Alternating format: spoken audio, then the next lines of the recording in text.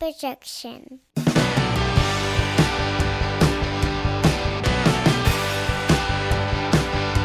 It's Monday night, and you know what that means. It's time for another episode, a bonus episode of the Alabama Slam podcast. I'm your host, Corey Hanna.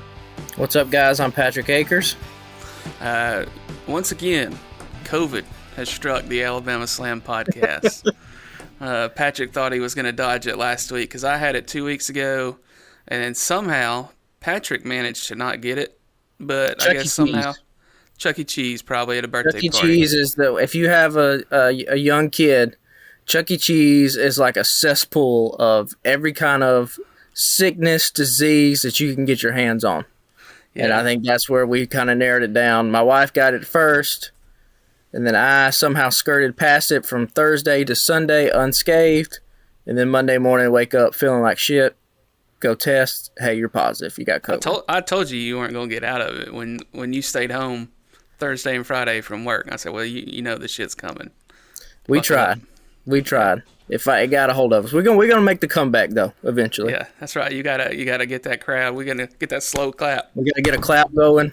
You gotta shake it off. Shake it off. We gotta fire up like Hulk Hogan. Oh, I need to send you a video. I forgot. We need to post this on the Alabama Slam Instagram so people can see. I think I did send you the video. So I've been telling listeners I've been going through 96 Nitro. Pretty exclusively watching stuff. And I guess my 2-year-old has picked up on some habits because the other day I was sitting on the couch and he straight up comes up and Hulk Hogan style hits me and then does the point and he says, "I told you." And so the Hulkster is continuing to influence the next generation of wrestling fans. We're never going to get away from the red and yellow. Hulkamania is going to run wild forever. I may download that little clip then and put it on our Instagram page. Yeah, post it on that. Yeah, check out the Instagram page. Yeah, let's let people get a gander at what's going on in the Akers household during COVID. Well, y'all bear with us. Patrick's mic is actually in his office across the hall from me, so he's using the mic on his computer on his laptop tonight, just the outboard mic. So hopefully it'll sound all right. It sounds okay in my headphones, so it may sound okay in the edit too. So we'll see. So we were just talking right before we fired up about random dirt sheet stuff from the week, and you said there was a big firing just a few hours ago, and then I mentioned something that was on Ringside News that you said you hadn't heard yet. So do you want to go ahead and start off with the big firing? Yeah, so John Laramis has been let go from WWE. This was one of the Vince guys, along with Kevin Dunn, Bruce Pritchard, and so it seems like now with the new management of Nick Khan and Stephanie and Triple H, they are organizing a regime change, so to speak. And so Laurinaitis has been let go. You can go and look through the internet. There's all kinds of stories about Laurinaitis and some of the shitty things that he's done. I think even I didn't read too much into this. I think he had his own allegations of kind of some sexual misconduct or harassment or something along those lines. So, it's been rumored that Laurinaitis was a big reason why Sasha and Naomi walked off. And now it seems like with Triple H in the fold now, Sasha and Naomi are coming back to WWE. We had speculated if Tony Khan thought that maybe he could get his hands on Sasha and Naomi and bring them over to AEW, but looks like they're going back to WWE. And so, I would expect that this isn't the last Vince guy that gets let go. If you're Kevin Dunn, I'm sure that you are feeling the heat on your neck as we speak right now. He'll probably be the next one to go. And then, you have to think about Bruce Pritchard being next, being the head of creative there for Vince. It seems like Triple H is wanting to go in a different direction with the company. We saw Karrion Kross come back on SmackDown. That was a Triple H guy that got let go. So, a lot of interesting things happening over there. I'm still not convinced on the product. I've watched Raw and SmackDown. It's still... I had SmackDown on in the background Friday night, but nothing really caught my eye. Ricochet got a win, which is awesome. Yeah. I really love Ricochet, and I mean, my God, that shooting star press he hit. I don't even remember who he was wrestling, but we talk about high flyers all the time. We're primarily an AEW podcast, so we talk about Pac a lot. But Ricochet's right up there, man. Yeah. So, if WWE starts pushing guys like that, it's a lot of commitment from a wrestling standpoint to commit to that much programming every single week. But if it's good, I'll watch it. So we'll see. But yeah, Laramis getting let go. Sasha and Naomi coming back in the fold. People seemed pretty positive about SummerSlam. I know you and TD kind of had your thoughts about it. And I kind of feel the same way y'all felt. It was bookended by two really good matches. One really good wrestling match and one really good spectacle. And then in the middle, it kind of got bored. I think the people that were like over the top about how awesome SummerSlam was maybe suffering from a little bit of like Stockholm syndrome, just a little bit. And I don't mean that as an insult if you like WWE, but like if you've been force-fed that type of programming for years and something like SummerSlam comes along, I could see where you could be like, holy shit, this was really awesome and be excited about the company. Bayley came back with her stable of girls, so I think listeners probably know at this point I'm more interested in the in-ring action, the bell-to-bell, how the matches are put together, that kind of stuff. I don't foresee that changing too much, but if we get more pro wrestling and less sports entertainment from WWE, it could draw me back in the fold. Yeah, we'll see. I mean, I did enjoy the Ricochet thing. I still think whenever I see Kofi, I feel like they did him dirty with his title run a couple years ago and just letting Brock squash him. I mean, obviously that's probably what would happen, but when they made the jump to Fox on Friday nights, they did Kofi a little dirty.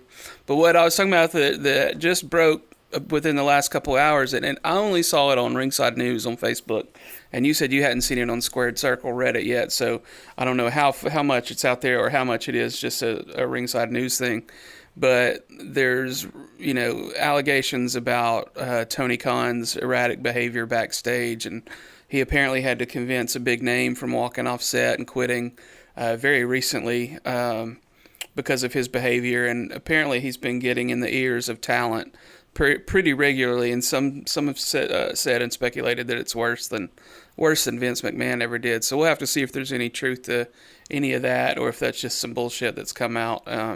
Don't know how far it'll spread. Like I said, it only popped up on Ringside News about 2 hours ago. So we'll see. I mean, he's been known to do a little toot, I think. So it wouldn't be much of a surprise. You get a little coked up and get on a set of headphones and start getting in people's ear. So who knows? And, who knows what to believe with these dirt sheets. I mean, they have a long history of being wrong. They have a long history of being right a lot of times too. So, if that is the case, I mean, just speculating, if, take it at face value that that's what's happening. We've talked about it time and time again on this podcast. He needs some help creatively, if that's the case. Well, they did say, we both, I think, were sending it to each other around the same time Friday, that he's elevated some people within the company to try to to try to help spread some of the workload, like QT and Sanjay and Pat Buck and some of these people. It said they've had different creative roles put on them and development. Well, I thought these were just talent relation roles. I didn't but it's creative. There was one I think that was involved with creative. I could be wrong. I thought it was. But then that's what this article on Ringside said too, was that maybe getting these people into more managerial positions than they were will help spread some of the workload and keep some of the stress or whatever off of Tony, and maybe he can just focus on some of the creative or whatever. So who knows? Yeah, you look at very rarely has the owner of the promotion also been the head creative force. Vince McMahon is kind of an anomaly in that sense, but Vince McMahon also, like we've talked about, had a staff full of writers. And, back in the Attitude Era, there was Jim Cornette, and there was Pat Patterson, and Bruce Pritchard, and Vince Russo, and all these guys. Like, even going back to the Territory days, I think Bill Watts at Mid-South had Dutch Mantell. Dusty Rhodes was the booker at one point, but never owned a promotion. So having the owner also be the sole creative force has not been a thing that wrestling has seen historically. So to take some of that load off, and the thing about a wrestling booker was the creative force and the talent relations force at the same time, right? So the booker back in the Territory days would he would, of course, be the matchmaker, but he would also sign the talent and negotiate the deals and do all that kind of stuff. So, like, yeah, spreading out some of these responsibilities. You can't have one guy doing everything in a modern day environment as fast as everything moves, as hectic as what everything moves. You need help in that kind of situation. So, yeah, you know, we saw those talent relations things. Hopefully there's some creative input happening too, because I think that that's probably also a big issue that AEW needs to kind of get figured out, and I'm sure we'll talk about it in this podcast. But yeah, man, we just got to get some help. And so I could see if he's overstressed, yelling at some talent, doing that kind of stuff. And a lot of those guys, let's be honest, if Triple H had been there 3 years ago, AEW probably doesn't have a lot of the guys. You know, it might not have the Adam Coles of the world. It might not have the Miros or the Malakais or even the Bryan Danielsons. I mean, a lot of those guys left because they felt stagnant creatively. And so if Triple H is now running the ship over in New York, a lot of those guys are probably going to be enticed about going back if their contract comes up. So yeah, we'll see what happens. It's interesting times, that's for sure. I say let's get on into Rampage, touch on a couple things there, and get into Battle of the Belts from Saturday night. Started off with your man's Mance Warner versus John Moxley. Warner, baby. So I let you spend some time talking about Mance. He's a guy, I've seen his name on Twitter. I've seen Cassio tweet about him. He's buds with Cassio, I believe. He's been on his podcast, Cassio's Cut, at least once, if not twice. And I know he's buds with Corey Ryan Forrester, who I follow on Twitter, friend of the show. Had him on my old podcast once. He's a big wrestling fan, too. Just tell me a little bit about Mance Warner. There were a lot of people like, who? You know, like, who's this guy and why does he get a title shot? And I agree with him. Like, why is this dude getting a title shot? I was excited to see him just because I've heard his name mentioned and heard about how good he was. Did seem a little weird. Thought it was a good match. Just not sure that they needed to put him on TV to immediately get a title shot. So I'll talk about Mance Warner first, and then we'll address the greater concern about the AEW World Championship just kind of floating and doing nothing right now. But as far as Mance Warner goes, I'll make this bold prediction right here, right now.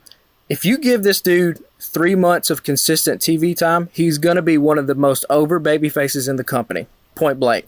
There are not that many charismatic people in wrestling right now that are as charismatic as what Mance Warner is. And you saw it. They gave him an opening promo package. And what does he do? We talk about this all the time about wrestling characters. He hits on why he's there, why he's wrestling, what his motivations are, hitting the pay window. He's already got these catchphrases down. Like, you need things like that to stick in people's heads. Light beers and lariats. Light beers and lariats. The mouth of the Mid-South. The Southern Psychopath. Like, it rolls off this dude. We talk about charisma all the time, and he's got it in spades.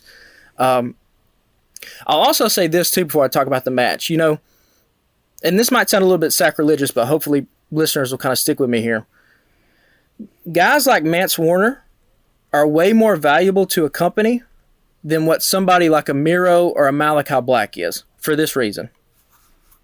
Miro and Malachi, because of the way that they're presented, they can really only fit at one space on the card, which is kind of that main event, upper mid-card level. Like, they have to be booked strong in order to get their character over, in a sense. Like, somebody like Miro's not going to lose to a Darby Allin, or shouldn't at least to. You know what I mean?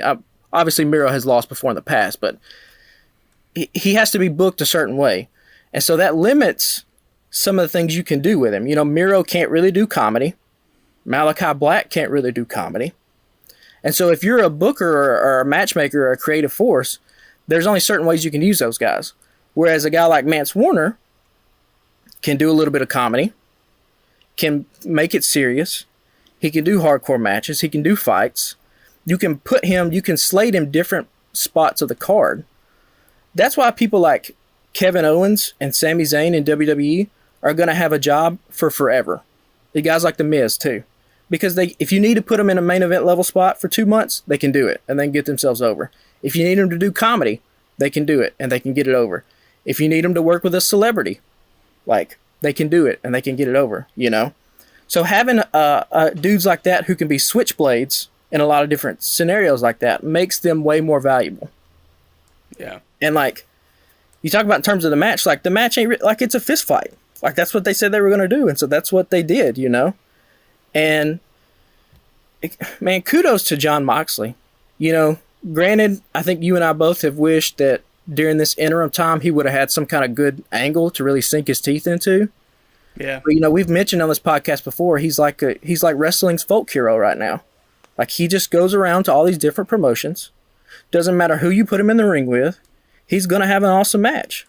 Like that's what he does. Like, and now with the situation, I know we're kind of jumping all over the place with the news that CM Punk might not be ready to return it All Out. Oh, I didn't see that. Yeah, so that's been the kind of rumor now.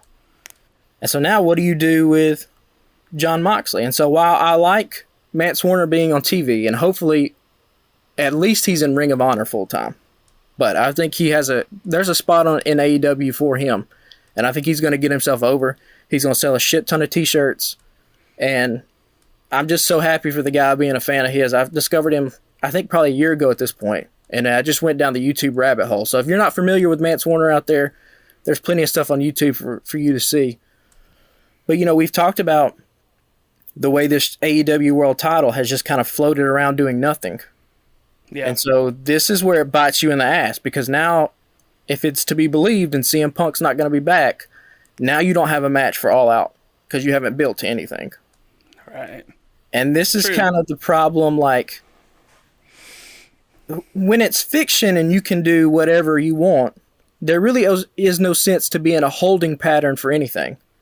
Particularly when your ratings have kind of been stagnant or have decreased.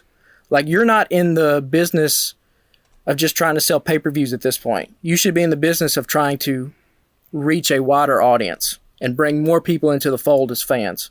And so you got to be going 90-0 every time on Wednesday and Friday nights. In my opinion. Like, you got to book things that make people want to watch.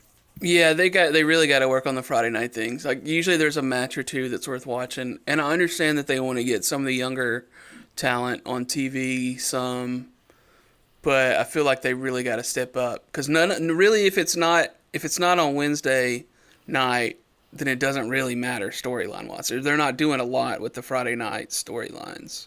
No, I mean, you had 2 championships featured on this edition of Rampage. I don't think the Moxley and Manson one was for the championship. It was whatever they call their little, like, Eliminator Challenge, Open Championship or whatever. But the Swerve and Keith Lee thing was for the championship, and it was against one guy who we don't really care about, and Tony Nese. He's talented, but he's not been presented as any kind of threat. And then Josh Woods, who showed up last week. Yeah. So, like, even there in your tag team division, you have your titles kind of doing nothing. Right. And it was a good match, the street fight. Like, it had good spots in it. And this was overall an entertaining edition of Rampage. I think it was helped tremendously by the fact that it was live. And I think the way they filmed it, I think it had just come off Battle of the Belts. I think Battle of the Belts went on first. And so Rampage, like, you know, we'll get into Battle of the Belts and how awesome that shit was. But, like, that crowd was hyped from the start based off that stuff. So yeah, okay. You know, we just got to we got to figure some things out.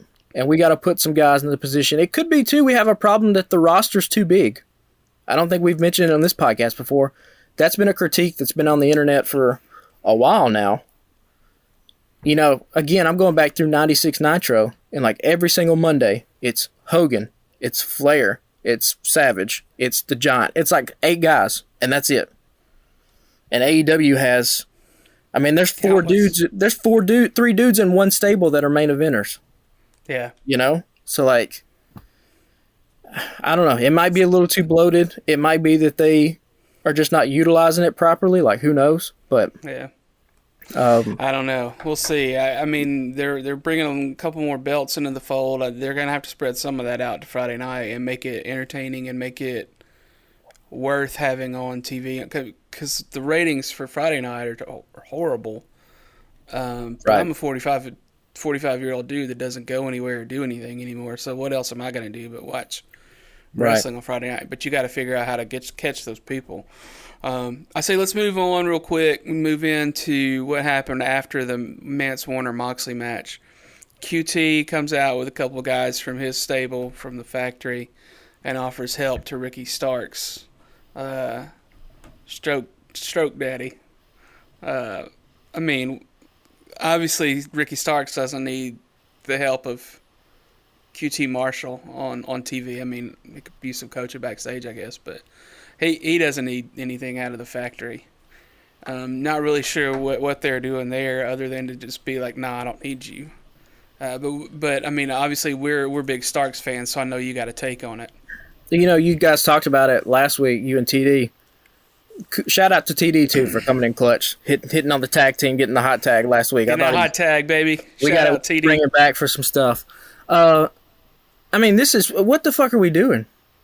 Like, this was the Ricky Starks Hobbs angle was the hottest thing going 2 weeks ago on Dynamite.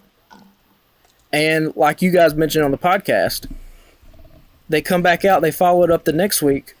The entire Hobbs, everything, entrance, the aftermath, all that, got 4.5 minutes.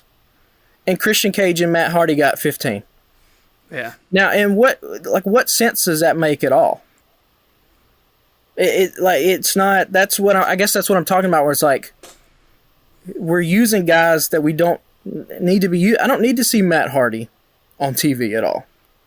Like, I don't need to see Ricky Starks feuding with the factory. Why? Why? Why are we throwing that in there? Why not have Ricky just come back and cut another promo after he just got spine busted by Hobbs, setting up a match between the two of them?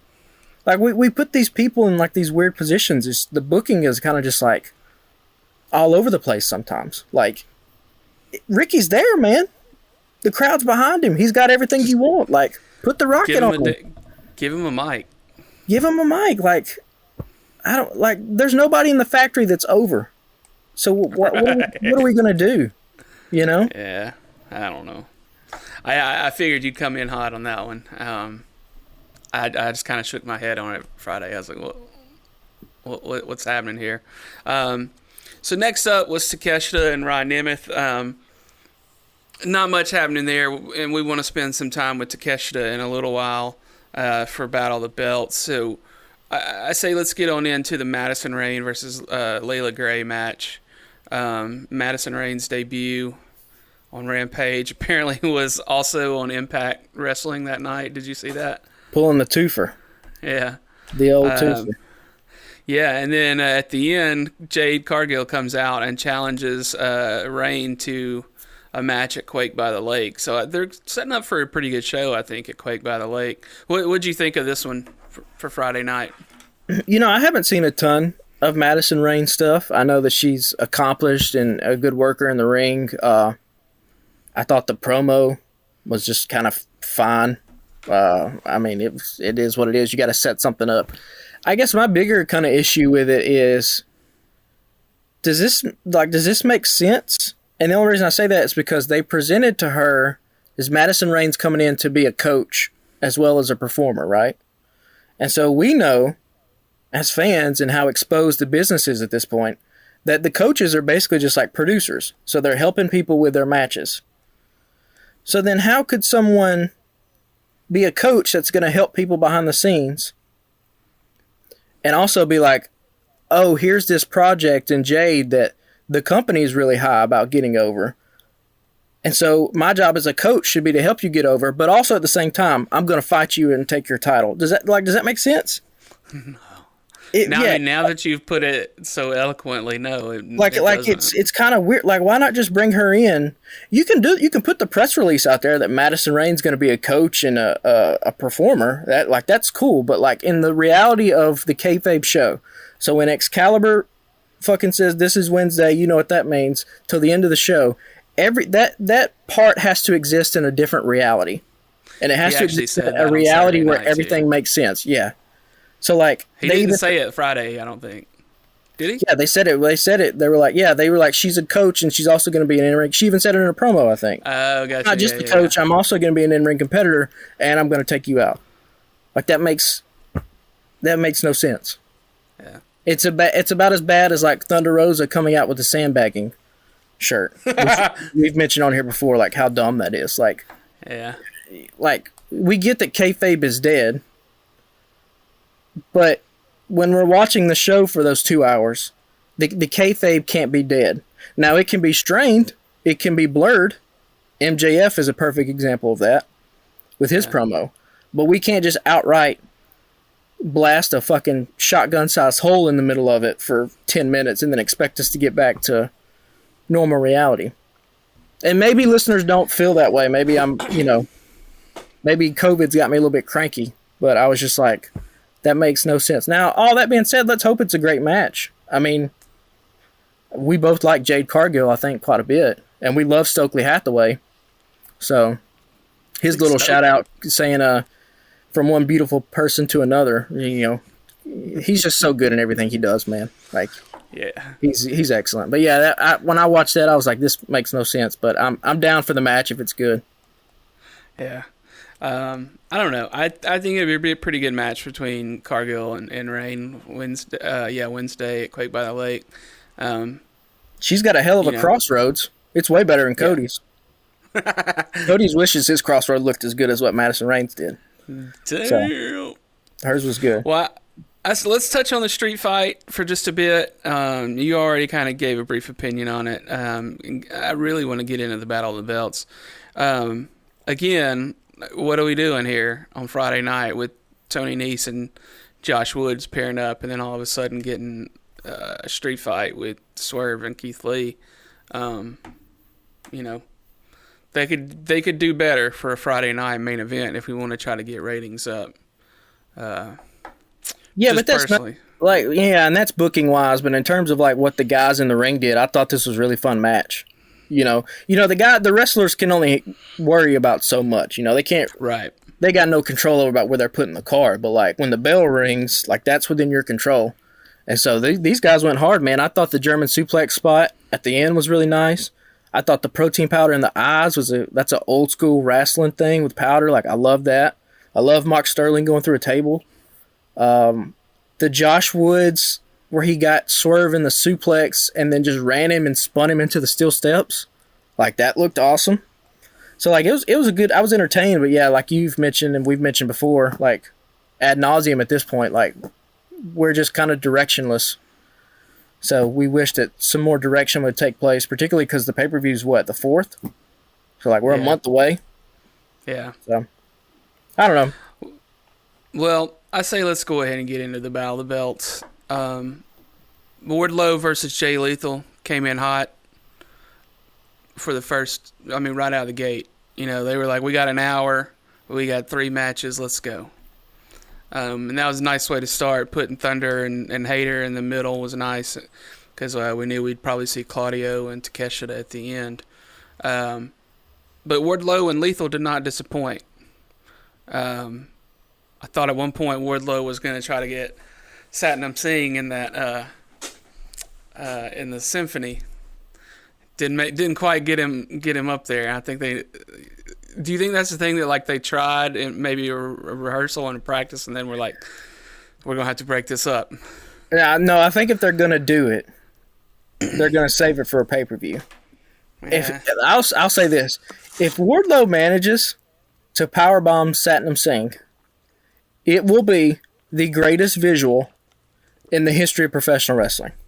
Yeah. I'll just put that out there. It'll be way more monumental than Hogan slamming Andre. WWE built that up as like Andre's never been slammed. Everybody slammed Andre. Andre was working a decade before and got body slammed all the time in the territories. I don't know if Satnam Singh can personally get himself up there. And so they might do a cop-out where like Satnam tries to do something like a Vader bomb where like Wardlow can just get underneath him, where like the hard work, because the hardest work in a powerbomb is just getting somebody up on your shoulders. So if they do that and like, figure out some kind of way to skip that step, like it'll still be cool, but it won't be as impactful.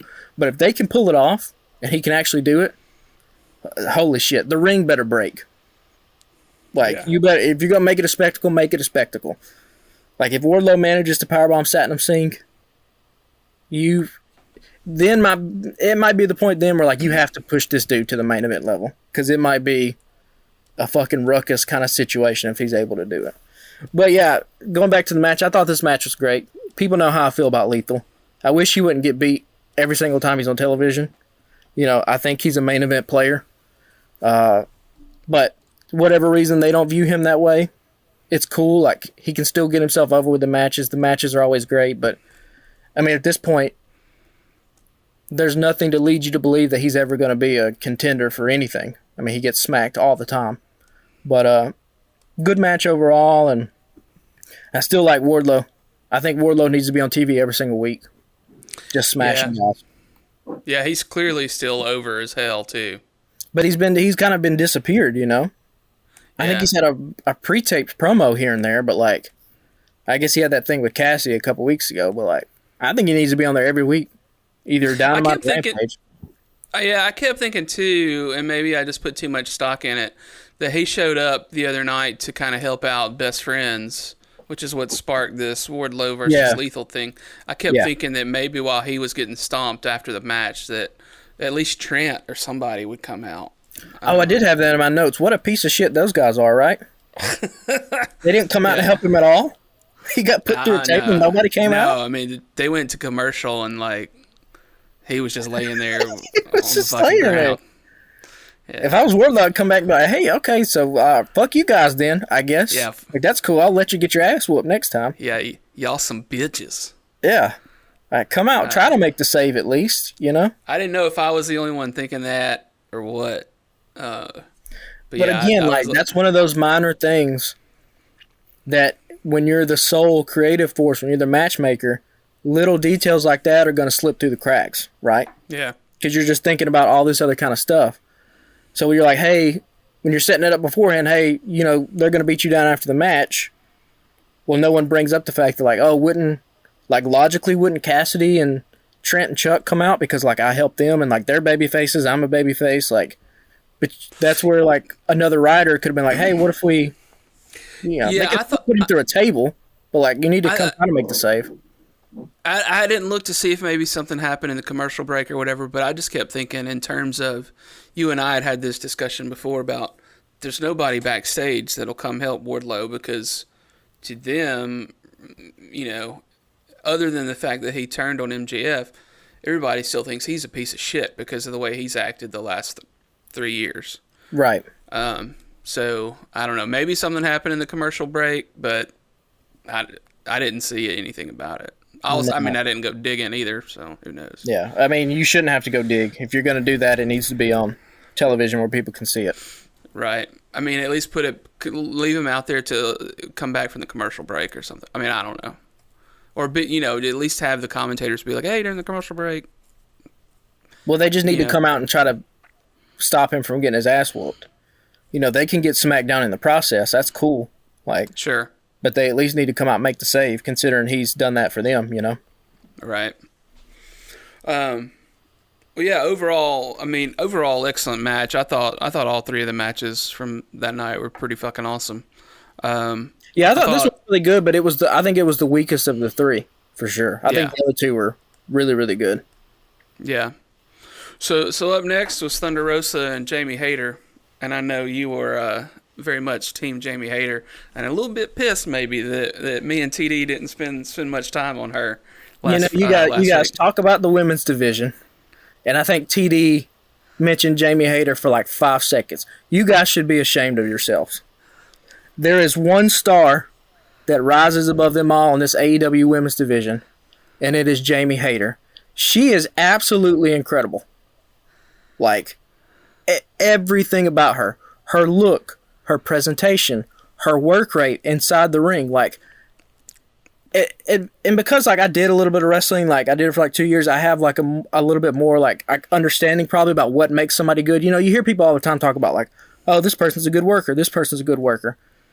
It's little things like footwork, like timing, like your ability to bump and get up off the canvas. If you'll go back and watch the first little bit of that match, I think it was in like the first like 3 minutes, she takes either 2 drop kicks or something like that. She takes 2 back bumps and she's up and down. She's boom, boom. Like, the athletic ability to be able to do that is like impressive. Even the way she snaps on her suplexes with the back bend and the force, like, we've been wanting somebody to step up in this division. And like, she gets no kind of screen time. She gets no promos whatsoever. If you go and look at AEW's YouTube little 8-minute video they did to kind of set up Battle of the Belts, literally everybody got a promo but her.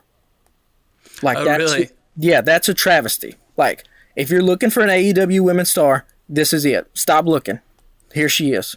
And I think this was the time to really get the belt off Thunder Rosa. Now, I like Thunder Rosa. We've talked about it before. Like, her issues are the same kind of issues that a lot of babyface champions have, which is just like they don't have anything to chase at that point.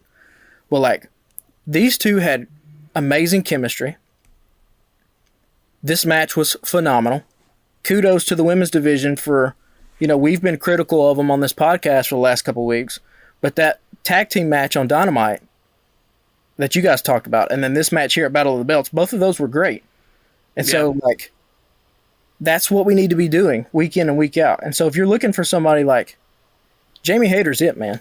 Like, this was phenomenal. And like, her matches she could have with Toni Storm, her matches she could have with Britt Baker. At some point you have to think Hayter's going to turn, because I think Hayter's probably more naturally a babyface, particularly in her ability to sell. That's one thing babyfaces really need, is the ability to sell. And so I think she can get herself over that way. Yeah. Well, this is the one I thought, this was the one belt that would change hands that night, because you had stated, and I can't remember if it was on mic or off mic, that eventually there's got to be a belt change at one of these Battle of the Belts. Otherwise, why should people watch? Right. Because they know what the outcome, other than just like, hey, I want to see a good match. Right. Because these were 3 fantastic matches. Yeah, you got to build some excitement in there at some point for something. Right. So this is the one I thought we'd actually see a title change. And I was a little surprised that it went the opposite way. It was good, great match. It was fun, really fun. But yeah, that's not the results I expected for the evening. So do you think they're going to do a 4-way at the pay-per-view for the belt? Because if the 4 biggest stars, the women's stars in the company, these are the 4 that were in this thing: Toni, Thunder, Britt, Jamie. Like, Jade's just not there yet in her ability to work long matches. I think she's there in her presentation, particularly with Stokely, but like, she's not. I don't think she's at the level of these 4 women. No. Yeah, I don't know about a 4-way match. I don't know what they'll do. I mean, I figure the belt will come off of Rosa at that point, right? Right. Don't you think? I mean, yeah, you would think, yeah. But like, what do you do? Because you're gonna have to turn. If that's the case, then you're gonna have to turn. Like, you don't want to just rerun Jamie versus Rosa in a singles match at the pay-per-view. You don't want to do Thunder and Britt again. You don't want to do Thunder and Toni again. So like, put them in a 4-way. I think you can do something where in the next couple weeks, you can break apart Jamie Hayter and Britt Baker. Also, a little good piece of foretelling: Jamie Hayter, I don't think, has ever done the DMD on screen. Really? I don't think she's ever done that. I went back and watched some stuff, and anytime she's been there, she's just kind of been the stoic person. Like, Rebel's always done it. Yeah. But Jamie's never done the DMD on screen, I don't think. I could be wrong about that, and somebody might post a GIF, but like... Yeah, somebody holler at us. I don't think I've seen it. Which is a nice little wrinkle. You pick up on that shit better than I do. I say let's move on into Claudio versus Takeshita, unless you've got any final thoughts. No, just all the Jamie Hayter. Buy the stock now. This girl's all hater all the time. She's also, I only think, 25 years old. Really?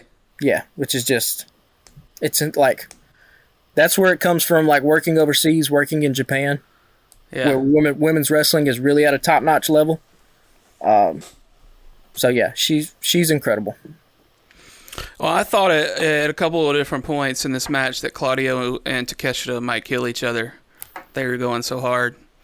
Takeshita's flying lariat off of the rope. It's fucking awesome. It's great. And that dude just looks like a fucking champ. And I'm gonna be real sad if he's out soon. Which, I know he was only here for a little bit. but I keep hoping that he'll get like a full-on contract. But I don't know what to expect there. Well, I think I texted you after this happened. I was like, talking about Takeshita. I was like, this motherfucker is going to make me have to pay $7 a month to watch damn DDT when he goes back to Japan. Yeah. Like that's how good this dude is. This dude, I think he'll get signed here. Top 20 in the world.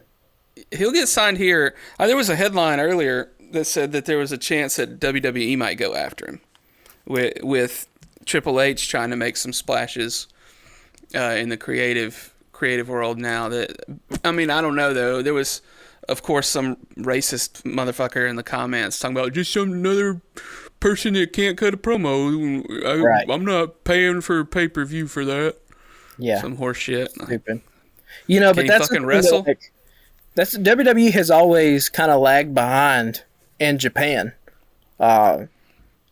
New Japan and Vince, I don't think ever really had a great relationship. Now, New Japan had that relationship with WCW, and in fact, I might be wrong about this. I think the biggest pro wrestling crowd in history was the collision card between New Japan and WCW that they did in North Korea.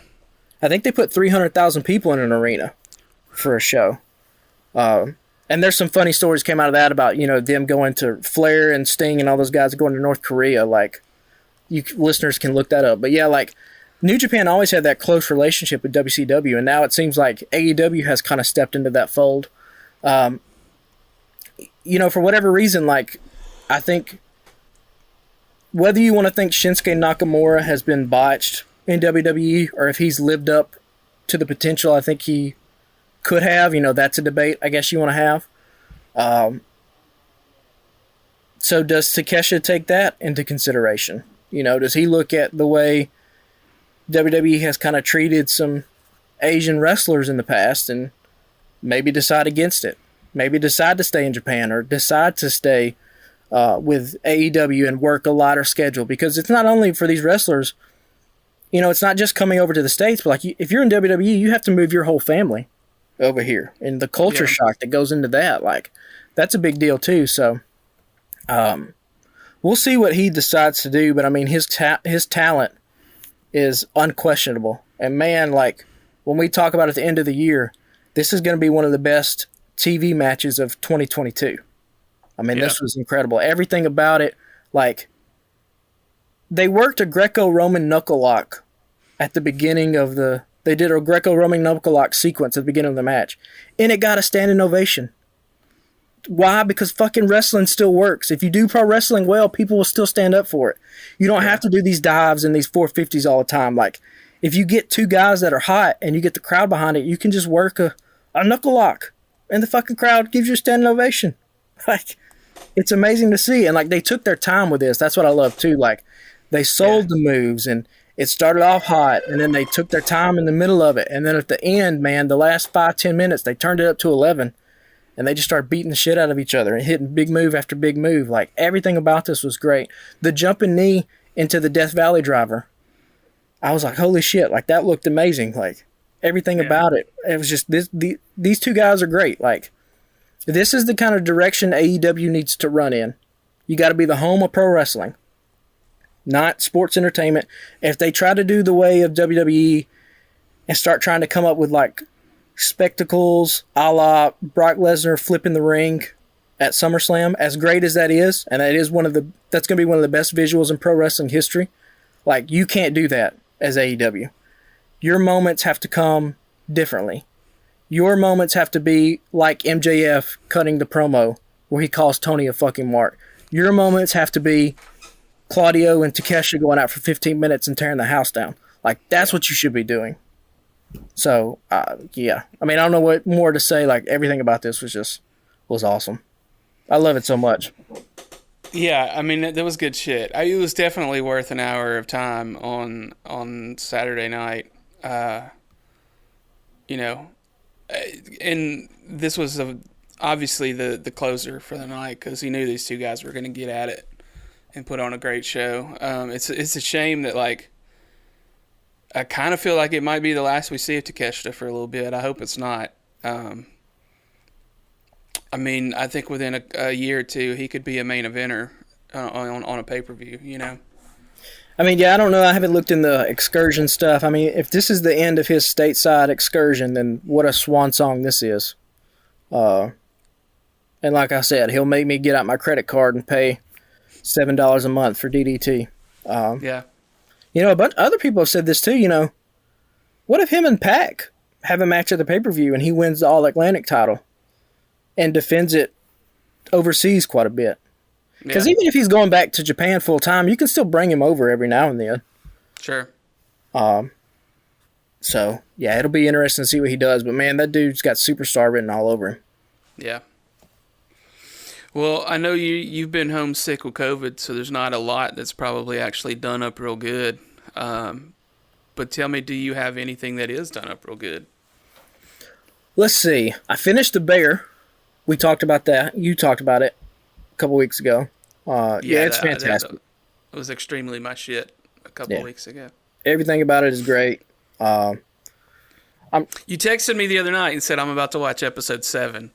So what'd you think? Was the single shot take, was that too masturbatory for you, or do you? No, see, that's what I like. Like, if you're gonna do a single take, that's the way you do it. We were probably 6-7 minutes into the episode before I was like, oh, they haven't cut. Like, it's one take. And like, I'm not a big style over substance guy, as you probably listeners of this podcast can tell by now. Like, if the substance isn't there, I don't give a shit. Like you said, it becomes masturbatory. It just becomes a bunch of filmmaker stuff being like, oh, we can put the camera here and do this. And it's like, yeah, but what these characters are saying is fucking dog shit. So who cares? Like, what the camera's doing at this point. But like, for The Bear, it just kind of floated. And like, being in the care of a storyteller like that and like a story like that, a lot of people called it intense and stressful. And while like it has elements to that, certainly, but like for me, I just kind of like, as soon as the first episode started and we got 5 minutes in, I just kind of sat back and I was like, this is going to be good. Like, my time and my attention is going to be rewarded in detail. Like, you could just tell it had it from the very beginning. Yeah. And like, that's the first I've really ever seen of Jeremy Allen White. I know he was in Shameless, but I never watched Shameless. That dude's a star. I don't know if anybody has ever looked cooler. I don't know if anybody's ever looked cooler smoking a cigarette on screen than fucking that dude with the hair and the tats. Yeah. Also, did he get like more fit as the season went? I think he did. Them fucking biceps were damn bulging by the end of the show, and I was like, is Disney coming for him? Like, are they about to cut him a fat check and he's going to put on a cape or something like that? Blaine said in Taking It Down, another Alabama Take podcast, just last week after they finished The Bear, he suggested that maybe put that dude as the new Wolverine. And I was like, well, he's pretty small in stature. He could play Wolverine. And if he's gotten fucking ripped, then let's go. Yeah, it definitely seems like, because you know how these things go. They probably shot the pilot first. Yeah. Maybe a couple weeks, and then they got the green light to shoot the rest of them. And so maybe his agent or somebody saw the pilot and was like, hey, man, there's going to be some offers come your way after this. So maybe we try to, hit a little bicep curls every now and then, do a little 21s, hit the creatine and the whey protein. Like, maybe I need to go back and watch the first episode. Maybe he was that way from the beginning. I don't know. But, like, he definitely looked more swole as it went on. Yeah. One of the things, I had seen it like as a screenshot or something, and my wife pointed it out. And neither of us have ever worked in the restaurant business, but we thought it was amusing that at one point when he's out back with what's the guy's? I just blanked on his name. It's the guy they kept calling cousin. Was it? Oh, Richie. Richie.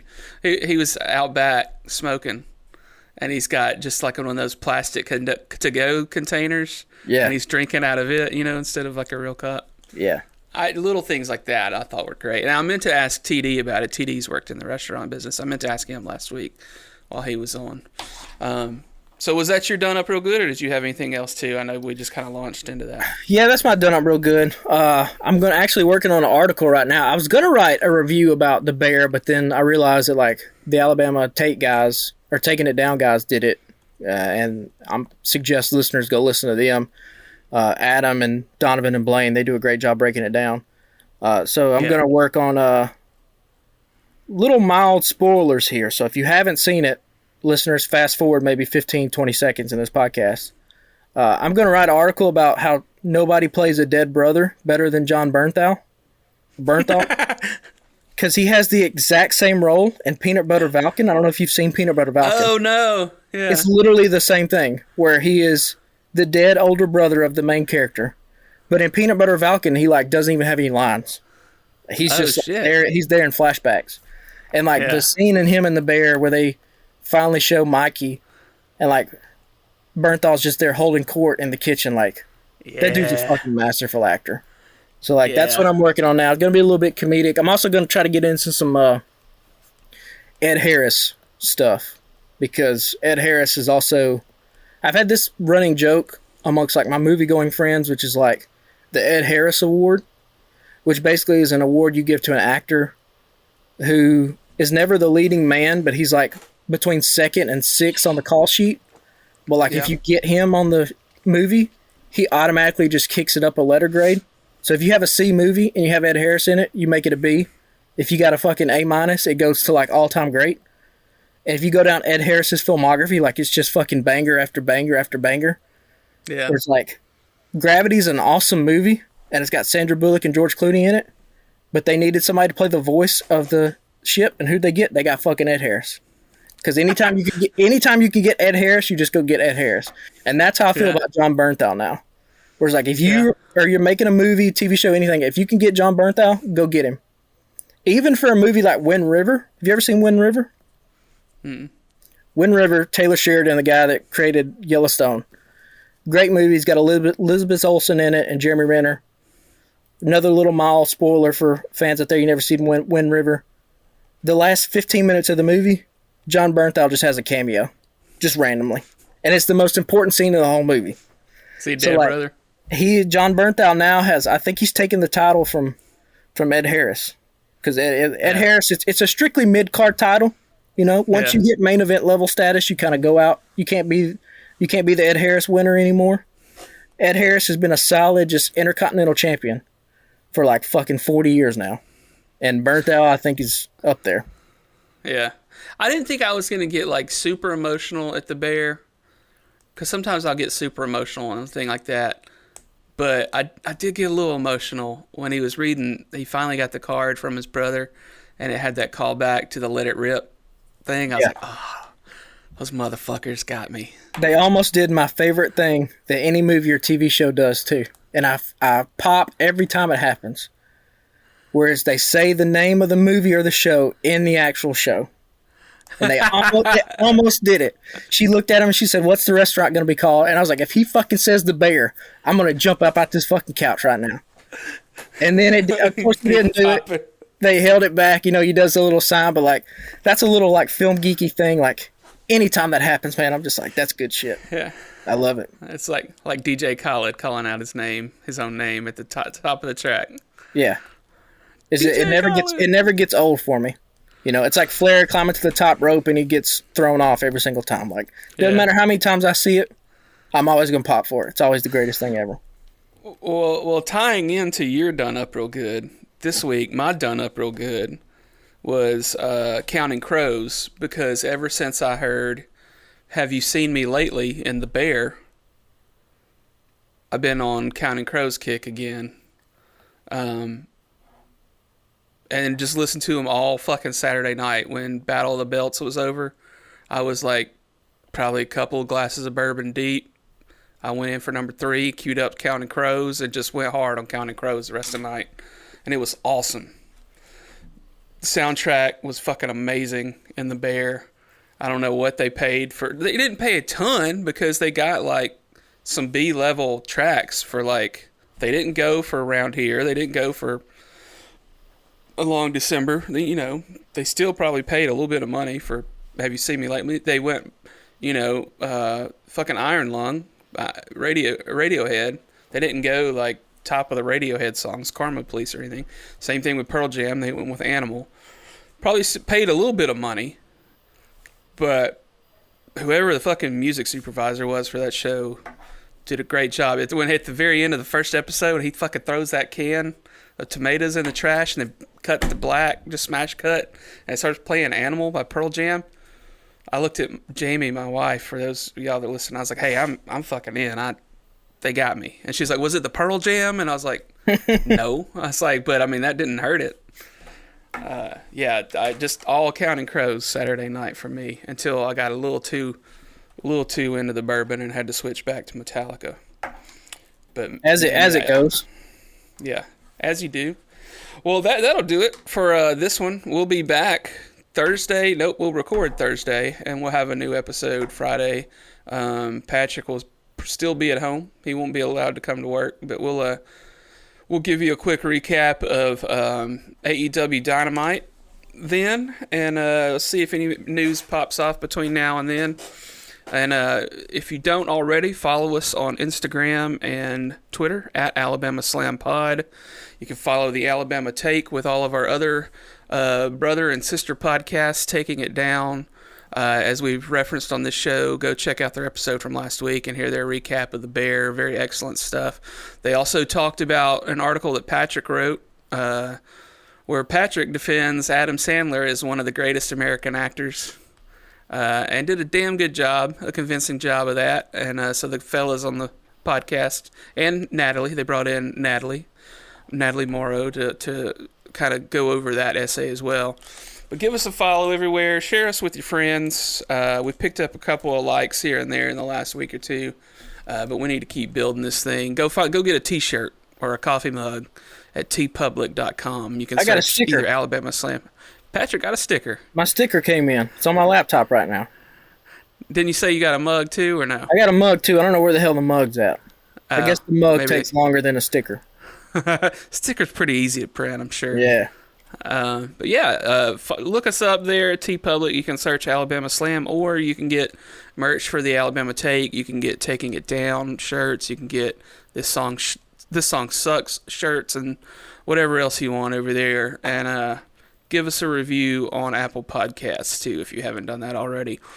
Tune back in Friday morning. We'll be here, and hopefully be recapping what I hope will be an excellent Quake at the Lake. And y'all wish Patrick some good vibes and recovering from this COVID bullshit. We're gonna get it eventually. The sunset. You gotta get this rally coming. You gotta Hulkamania that shit up, baby. See you, Corey. All right, man. Thanks.